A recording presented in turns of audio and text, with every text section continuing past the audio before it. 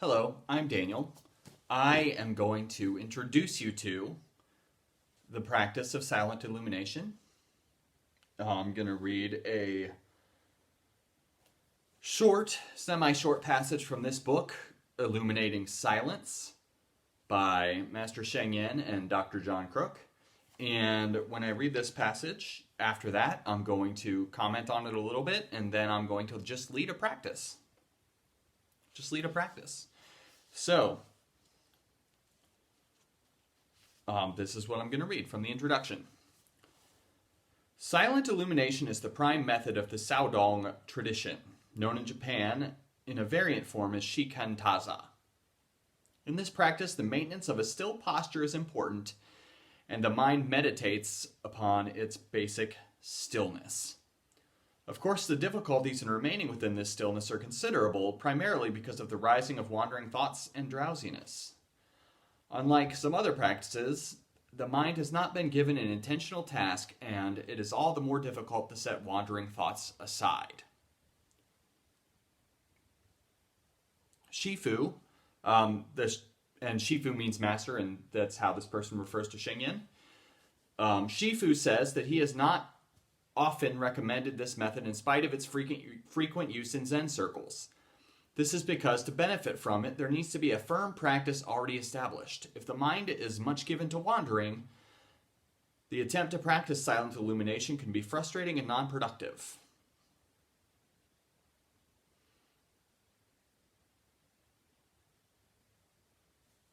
There needs to be both silence and illumination in a mutual reinforcement. Yet the method once acquired is very powerful.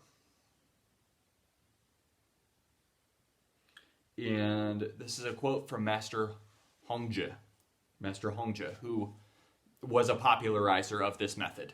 Maybe the creator of this method. No, probably not the creator of this method, but a popularizer of it. Hongzhi said, and he lived hundreds of years ago in China, by the way.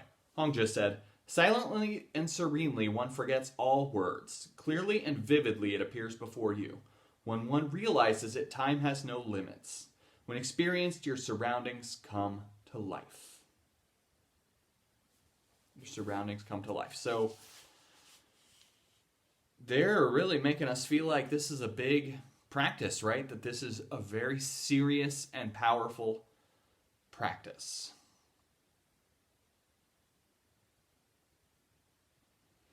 The practice of silent illumination yields insight in a rather different way. Here, there is a gradual stilling of the mind into a thoughtless state. The mind, that endless social calculus, comes to an end and an illumination of quiet joy arises, a release into a pure awareness reflecting that which is as if in a mirror. It is from such a point that seeing the nature may happen. In D.T. Suzuki's phrase, this consists in the absence of the separateness implied by being conscious of either oneself or of the koan. In the absence of this separateness, there is simply what is, shining with pristine clarity. So, that is what we are doing.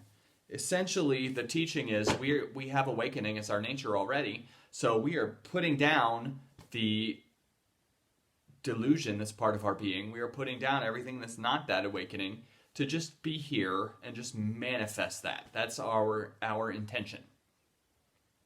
That is our intention. So this may be very different than other forms of meditation. This is definitely different than other forms of meditation that you've done. And it can be hard for people at times to really get into it. A lot of the time when I'm teaching this practice, I get that reaction of, oh, so that's it? Because people want meditation to be more, they're expecting more. I don't know really what they're expecting, but they're expecting something different from sitting still, bringing attention to the world around you and just noticing what's happening. But that's what we're doing. And really, at times I've taught mindfulness of breathing, which is has a directive. It's a little more focused, but still people are like, so we're just going to breathe? Really? That's it? So, and really I think people could have that kind of reaction to any meditation practice, if we're really honest. Any meditation practice, someone could say, oh, well, that's it. That's it. So, we are going to do a very brief introduction to the practice. And I do want to point out, I want to make this very clear, the most important thing you can do is make this a routine in your life.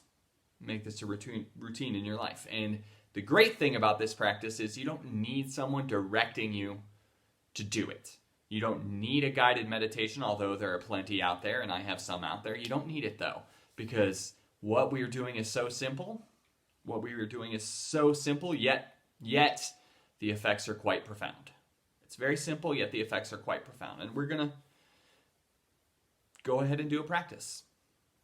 So what I want you to do is sit up as straight as you can. And really straighten your back. I have always noticed that when I'm doing the practice and my mind starts to wander, I pay attention to my body and I notice, oh, I'm slouching. I am slouching. I'm not present, right? So sit up as straight as you can. I think it's best to sit on a cushion on the floor. That said, if that's really challenging for you, I think it's okay to sit in a chair. Just have your feet firmly planted on the ground, legs together. The point is that there's a plan for what our body parts are doing, okay? And I am sitting in the half lotus. I'm not going to move you to show you, but just know that it's one foot tucked underneath, the other foot on top, like this. That's how I'm sitting. A lot of people recommend the full lotus, which is very hard for many of us to do. I'm not that flexible. But if you are, that's a good position. But again, just regular cross-legged is okay too. The point is you have a plan for what your legs are doing, and it's a position where your feet are not going to fall asleep. That is a very important thing, because if we're having to adjust our body the whole time, well, that doesn't serve us very well. So, sitting up straight, legs, with hands for this practice, I recommend what I call the bowl, and some people call it the cosmic mudra. One hand on top of the other, thumbs gently touching, resting in your lap. Some people say right hand needs to go on top. Some people say left hand needs to go on top. I don't think it matters. But the point is you're making a kind of bowl and your thumbs are gently touching. People that are into fancy terminology call this the cosmic mudra. And I just call it the bowl. Cosmic mudra sounds very silly and strange to me. So, hands in the bowl. And an alternative to that, I think if that's very hard, is what's called just relaxation. That's just hands on your knees. I think that's fine. Now, this is, I'm going to move on to the next thing. This is an eyes open practice. What does that mean? Well, it means our eyes are open. It's not a practice where we close our eyes. It's a practice where our eyes are open. That being said, what's recommended is you look at something that won't distract you and you just kind of soften your gaze at it. So if you have a blank or a boring wall, that's great. And if you don't, you can alternatively look downward at a blank and boring floor. And if you don't have either of those things, then I would say close your eyes. But I think you can probably find a place in your house where you have either a blank wall or a blank floor. In situations where I have meditated outside and led meditations outside, in that context, I do say close your eyes, just because outside, I sort of expect things to enter your field of vision and distract you. And whereas inside, hopefully, you have a room where you can have control of things coming and going. And if you do, that is ideal for this. It's recommended for meditation practice that you find a spot and that be your meditation spot. Just because routine, doing it more than once, sort of strengthens certain pathways in your brain. It makes it easy to come back to it if you do it in the same spot. If your brain is reminded of what you did last time, it sort of helps prime the pump, that is. So, we are now sitting. We have taken our posture. We are sitting up straight. Our eyes are open. We are looking at a wall or the floor. And if that doesn't work, we've closed our eyes. And we're going to begin by taking a couple of deep, heavy breaths.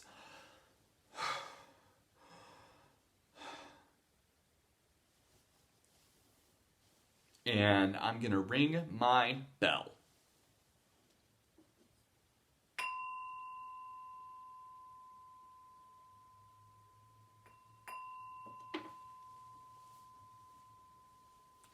This is sometimes called the method of no method, and this is why.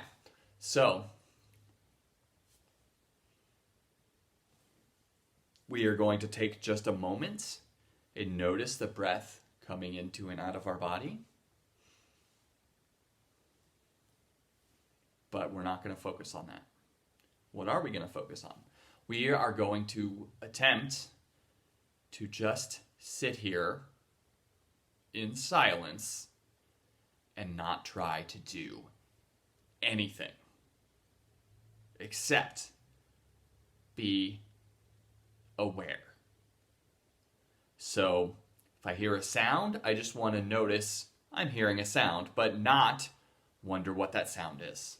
I want to not wonder why the kids are being loud in the other room, but just hear it and notice it and come back to my present experience. And notice my body sitting here. If I sit in silence for a while, then there's things I notice about my body that I don't really notice if I'm mindless, right? So I notice how my cushion feels under me, and I notice how my clothes feel on me, that sort of thing. And very limited instruction for this. We are just going to sit here and just simply try to be aware of your experience. But have a passive attitude also. If you find yourself daydreaming a lot, just come back to the here and now and just be here. Just reflect and notice, I'm daydreaming. And you'll feel that happening a lot, I think. So we are just going to sit here for a little while. I have set a little timer, and when that timer goes off, we will be done. So just notice what your mind does when you're sitting in silence, not trying to do anything.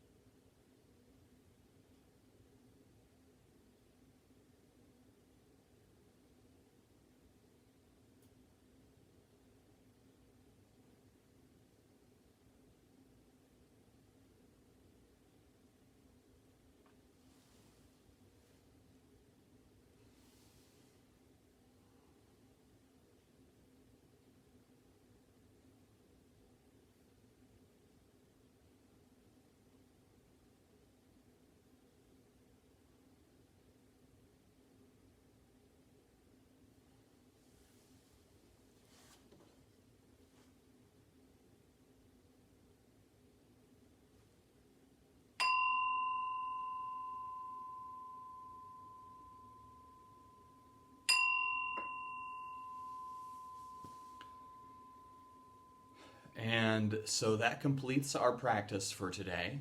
And that is the practice of silent illumination. Undoubtedly, you had many, many things come up in your mind. And we just get better by doing. So, thank you for taking the time to listen to me. And have a good day.